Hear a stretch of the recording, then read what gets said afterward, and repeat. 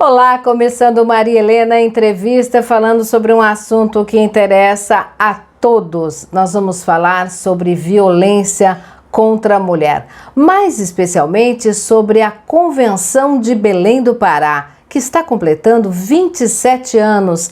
Você já ouviu falar desta convenção? Pois é, na verdade foi o primeiro tratado internacional que tratou de questões importantes para prevenir, punir e até mesmo erradicar a violência contra a mulher. Nós vamos conversar com Tami Fortunato. Ela é advogada, professora e está imbuída nesta divulgação dos 27 anos da Convenção do Pará como uma forma de chamar a atenção para essas questões, sobre o que evoluímos e ainda precisamos fazer neste sentido. Antes de começar o bate-papo com ela, que já está ali me esperando, não esquece, vai lá no YouTube, no canal Maria Helena Jornalista, também no canal SC em Pauta e inscreva-se. Também clique ali no sininho para ser comunicado sempre que uma nova entrevista, um novo conteúdo chegar para vocês. Me acompanha também nas redes sociais, estão aí os endereços para você também ver que ali tem conteúdos novos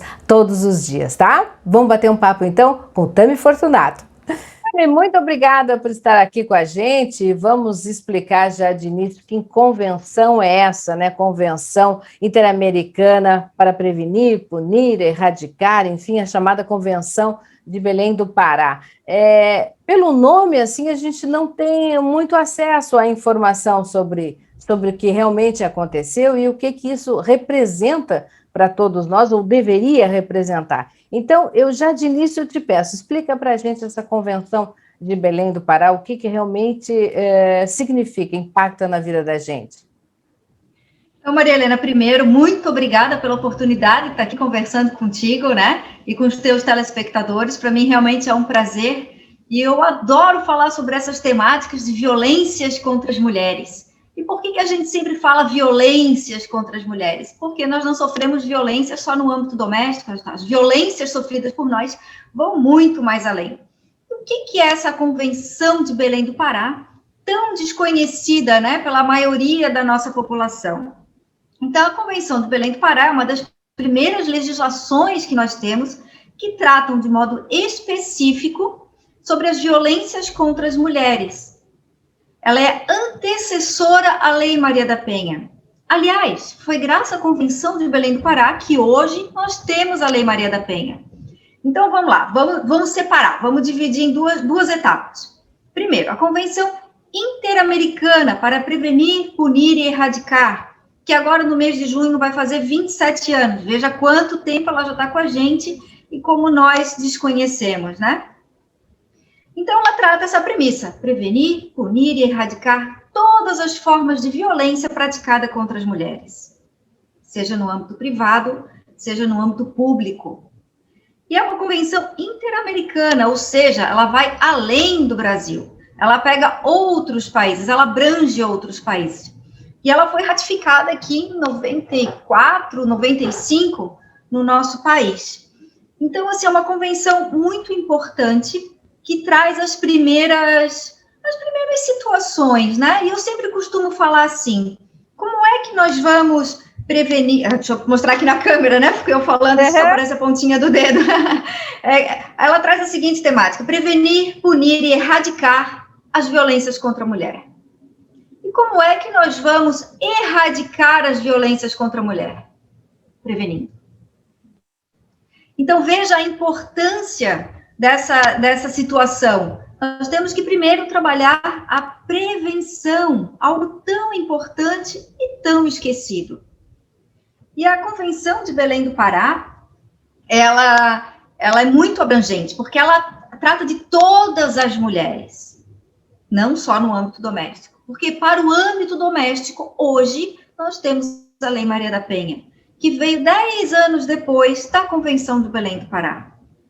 E quando eu digo que ela veio da Convenção de Belém do Pará, por quê? Porque a Maria da Penha, que a gente já conhece a história, né, que é uma farmacêutica, que levou um tiro do ex-marido, que tentou ser morta por ele, ela levou essa demanda à Corte Interamericana de Direitos Humanos. E uma das punições do Brasil foi criar uma legislação específica para tratar as violências no âmbito doméstico.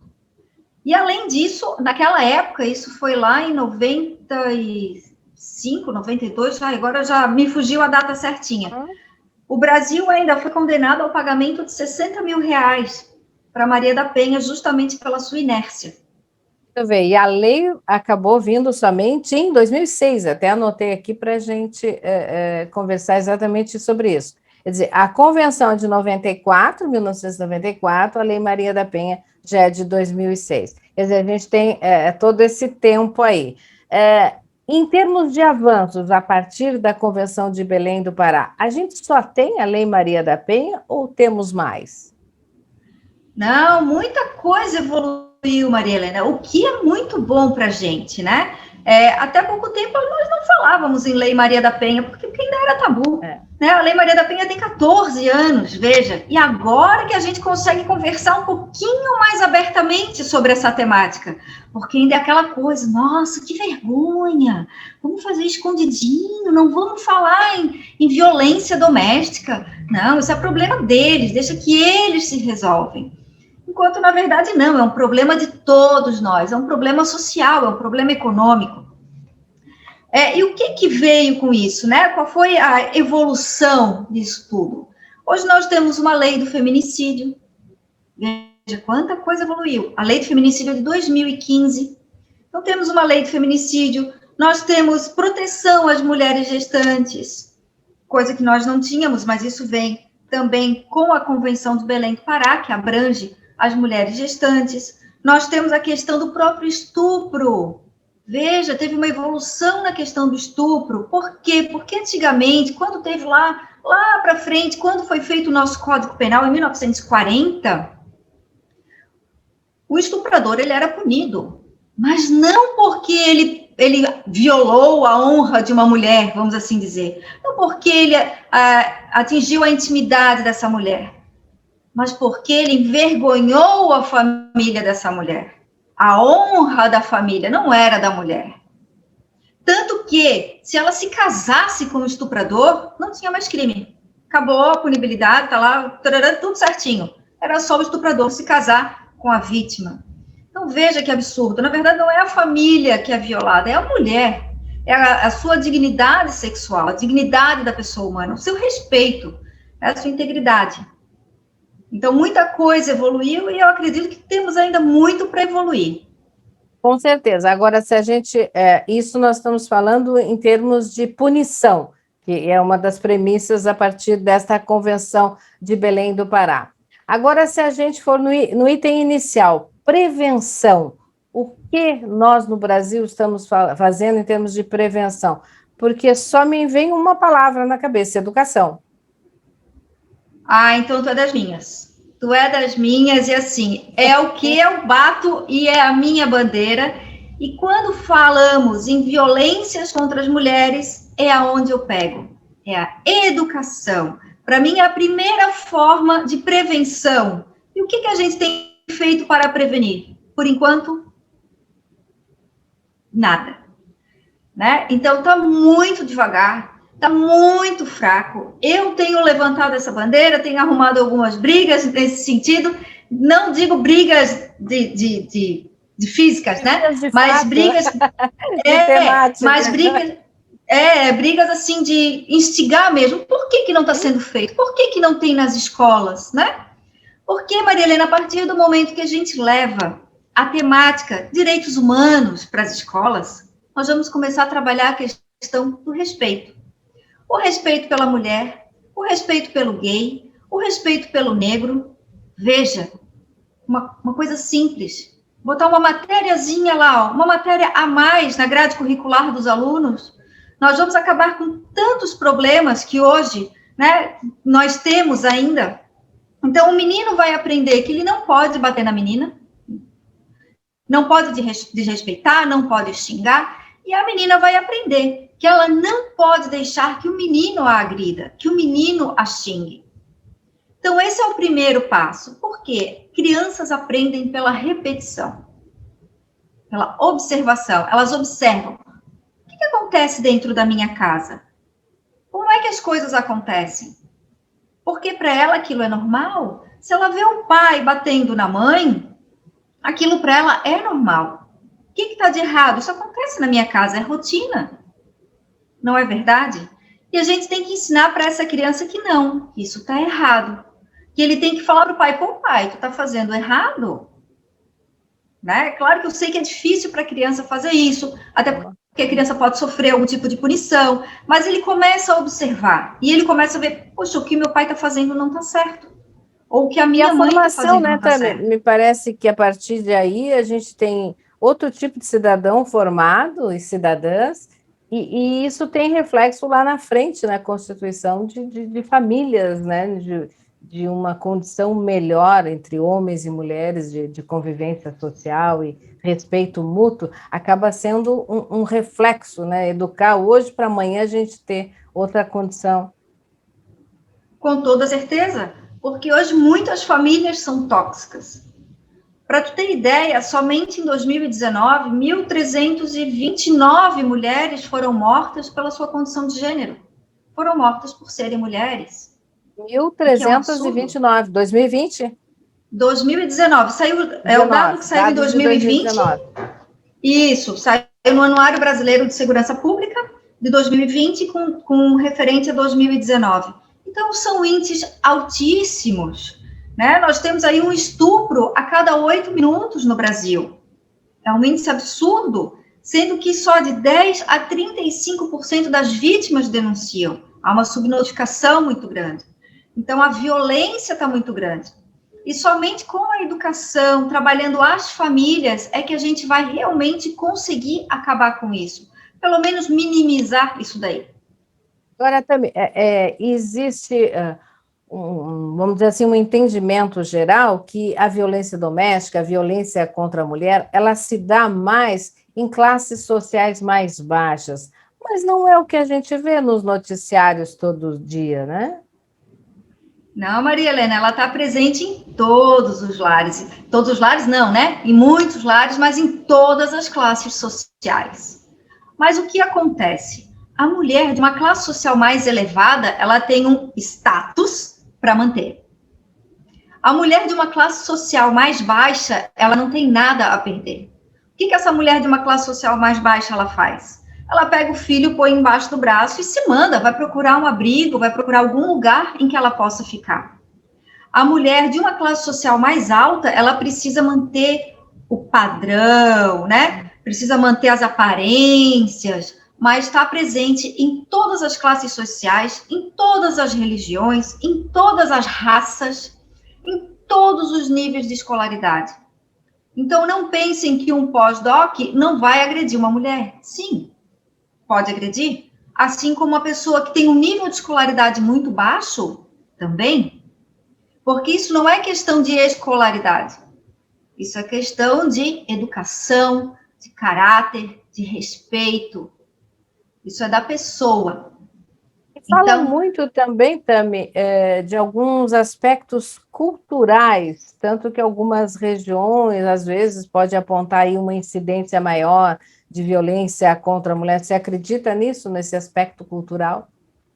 Sim, temos. É só a gente ver a questão no Oriente Médio, como as mulheres andam, né? Obrigar as mulheres, em nome da religião, a se vestirem com uma burca e ficarem só com o olhinho de fora, isso, para mim, é um modo de violência, mas para elas, provavelmente não. Então, eu, Tami, me sentiria violentada se eu tivesse que usar uma burca. Isso feriria a minha liberdade, o meu direito de expressão, vamos assim dizer, o meu ir e vir, né? Mas para elas é normal. Então, assim, tudo é uma questão de ponto de vista. O que para a gente é uma violência, para elas não é uma violência. O que para alguns é normal um estupro dentro de uma casa, para outros não é normal um estupro dentro de uma casa. Por isso que é importante tipificar, né? Tipificar, classificar, e a partir da convenção isso começou a acontecer. Assim, Maria Helena, a nossa lei, ela é muito bonita, né? Ela é muito bonita, ela é muito boa, ela é excelente, tanto a Convenção de Belém do Pará, quanto a Lei Maria da Penha, são leis muito boas. Mas, efetivamente, será que elas estão funcionando? Aí a gente se questiona.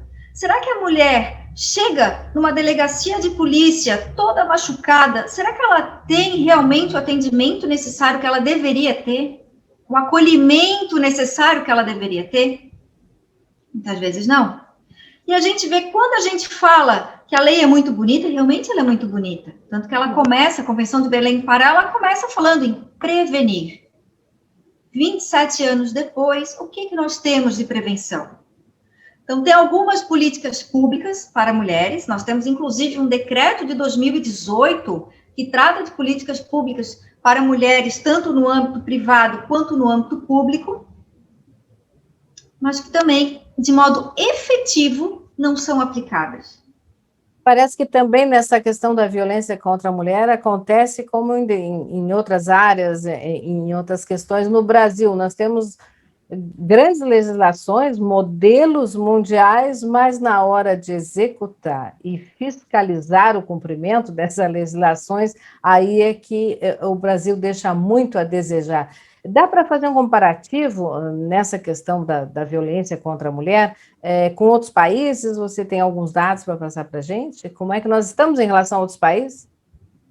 Então, em questão de legislação, a nossa legislação ela é muito melhor, por exemplo, que a Convenção de Istambul, que é a convenção que é utilizada na Europa, na questão da temática da violência contra a mulher e na questão da temática da violência também no âmbito doméstico.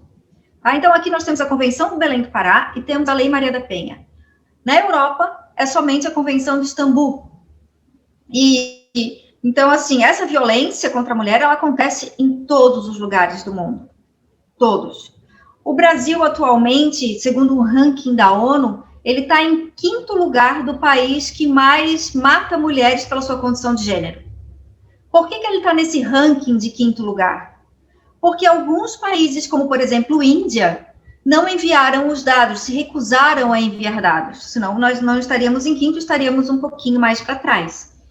Mas a Europa não fica muito longe disso, sabe? Então, assim, mas nós temos bons exemplos na Europa. A Espanha era um país extremamente violento e machista, e a Espanha conseguiu diminuir drasticamente a morte de mulheres pela sua condição de gênero, o que é muito bom. Mas, para isso, a gente precisa também trabalhar uma questão de mudança cultural. E a gente vai mudar essa cultura a partir da educação. Veja como é importante a educação. Veja como é importante prevenir. A gente vira e mexe e cai na educação. Você falou aí da Espanha, nós temos aqui estados com muitos descendentes, né, espanhóis.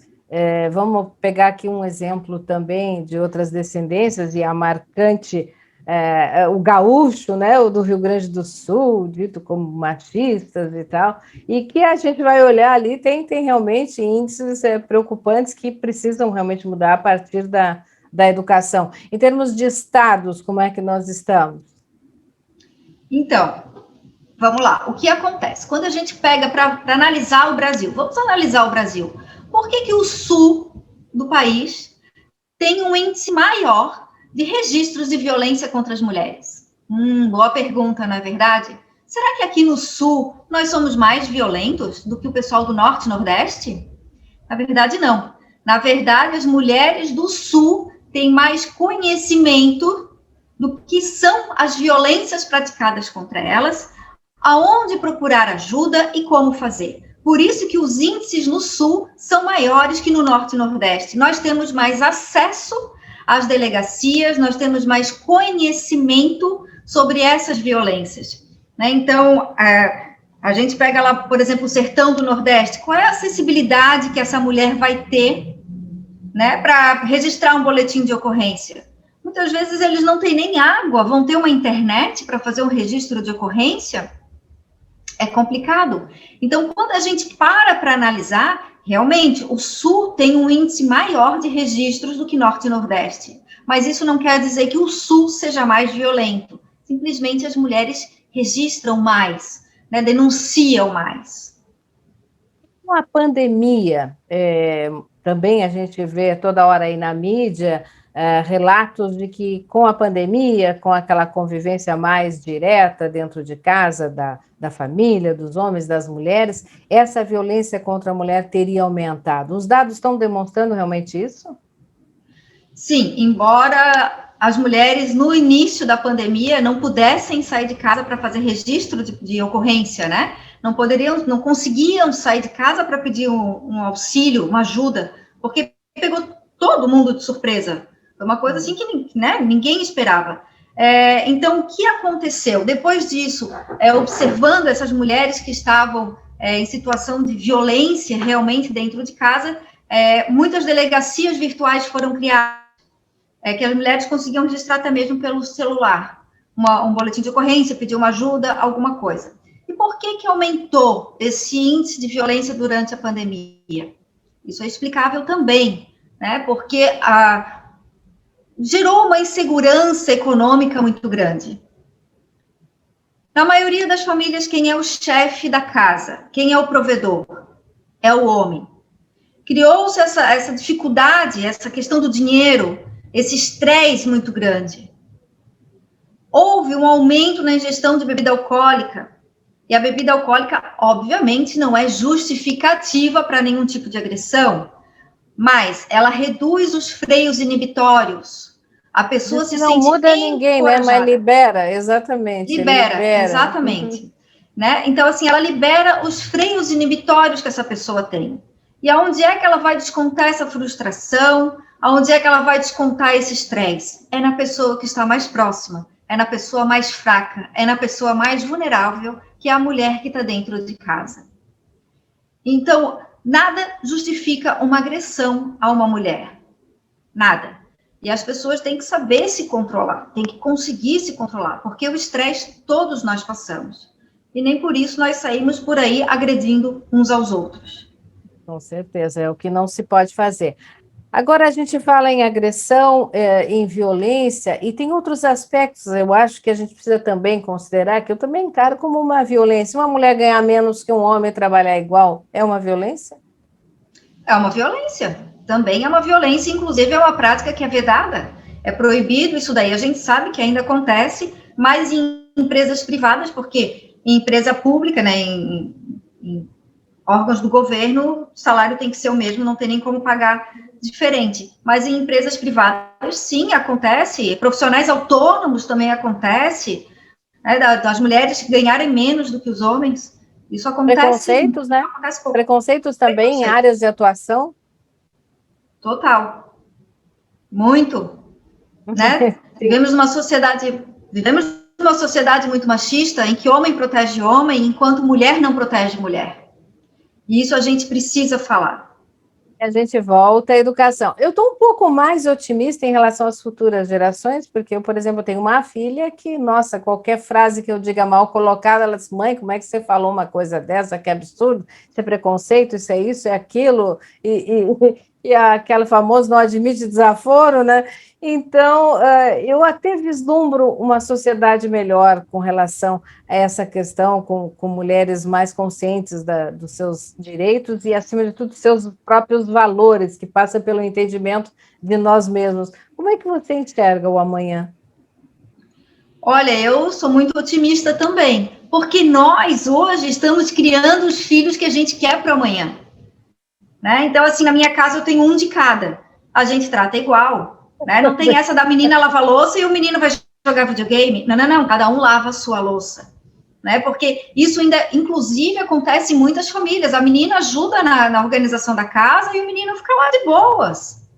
Que isso? Então, nós estamos fazendo a nossa parte. Nós queremos essa mudança. Nós estamos ansiosas por essa mudança. E quem é que cria o filho na maioria das famílias? A mãe. Nós mulheres. Ainda as mulheres são as maiores educadoras no lar. Né? Então, se nós fizermos o nosso papel, nós vamos conseguir, sim, mudar essa cultura do machismo.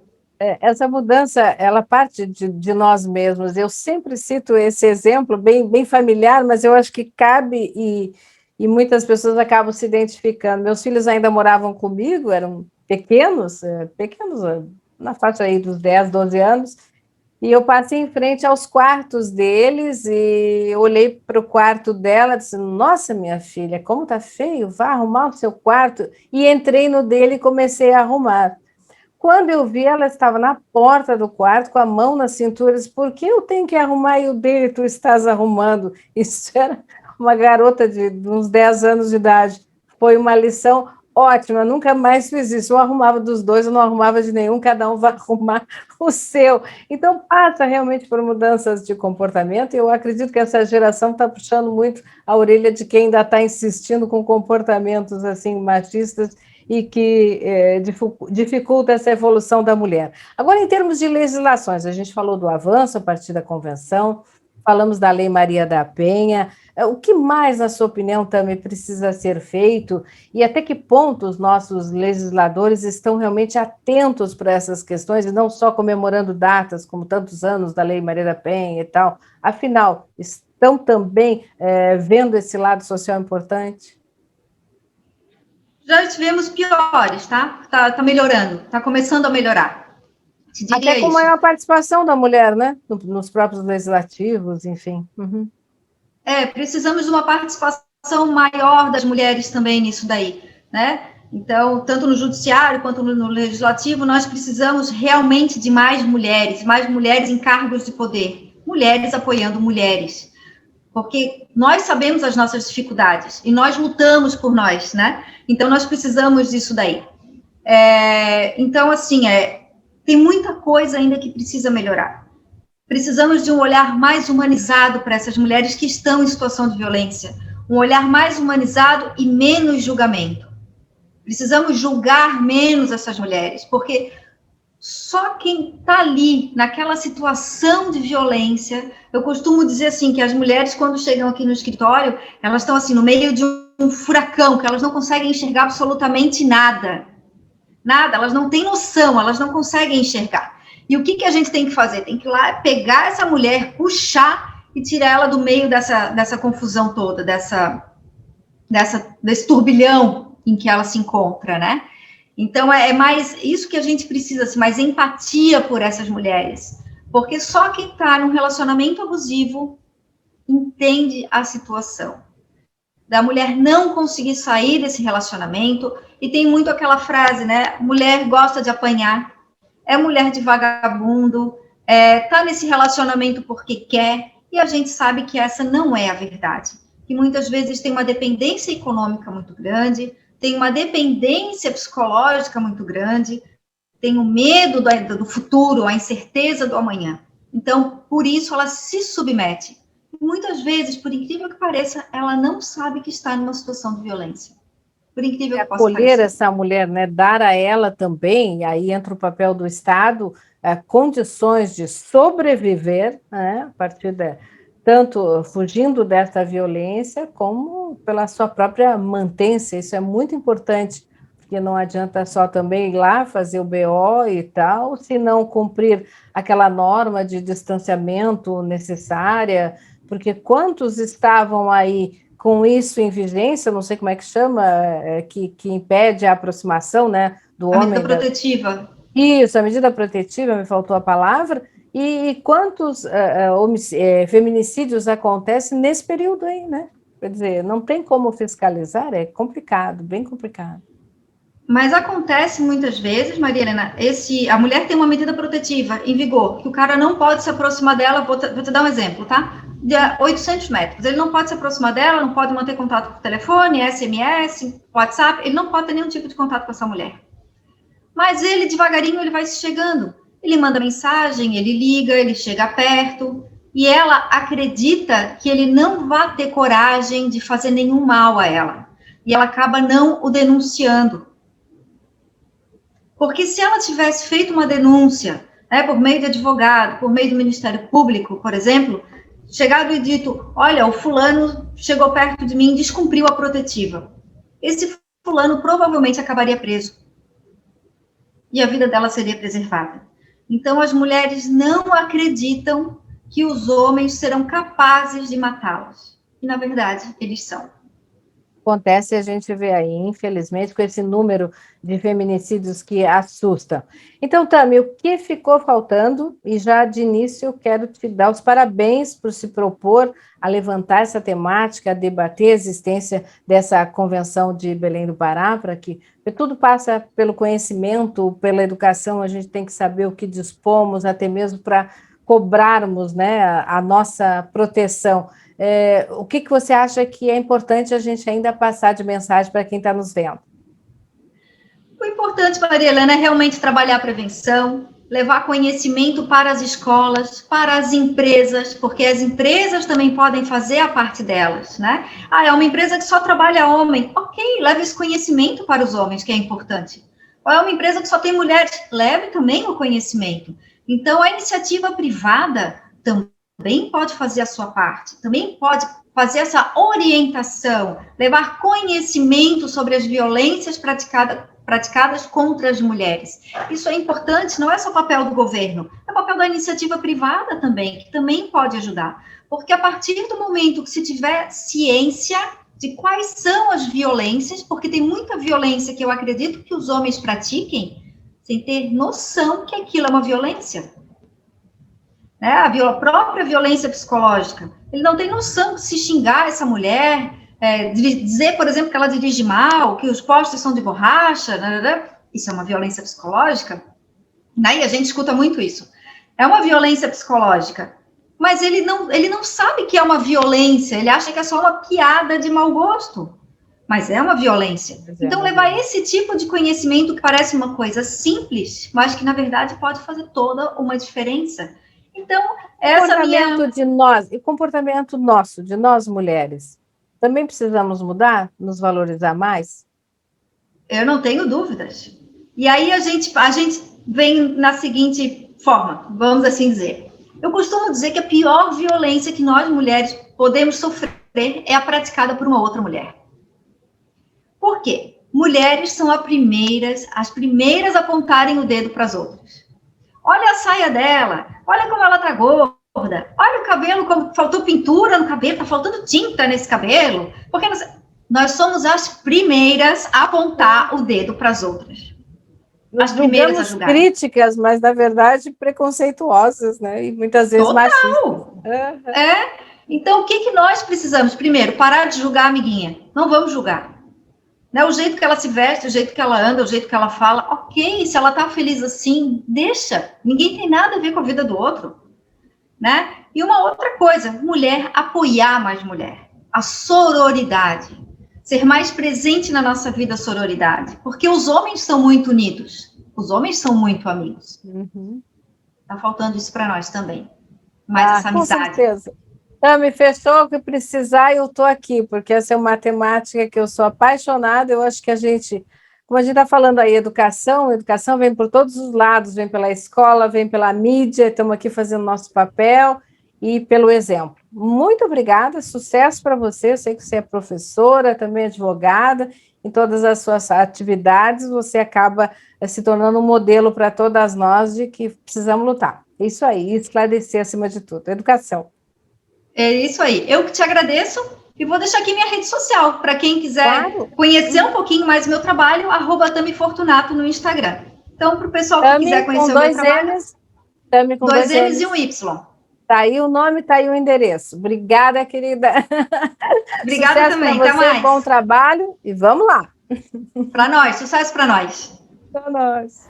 Obrigada a você também que nos acompanha aqui nos canais, Maria Helena jornalista, também no SC em Pauta, por nos acompanhar sempre e a cada entrevista repercutir, enfim, curtir, compartilhar e comentar. É isso que a gente quer quando promove um novo conteúdo sobre temas importantes como esse que a gente acabou de conversar com a Tami Fortunato. Fique sempre com a gente, não esquece. Inscrever lá nos canais, Maria Helena Jornalista, também no SC em Pauta, e nos acompanhar pelas redes sociais. Até o próximo Maria Helena Entrevista. Tchau, tchau.